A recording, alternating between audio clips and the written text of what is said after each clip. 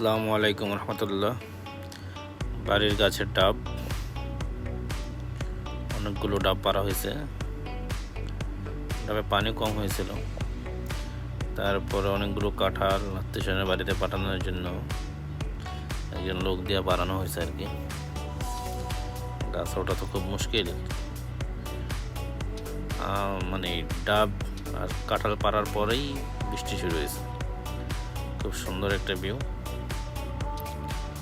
আসলে গাছে ওঠা ডাব, কাঁঠাল, আম পাড়ার জন্য বাড়িতে তেমন কেউ নাই, আমরা নিজেরা উঠতে পারি না।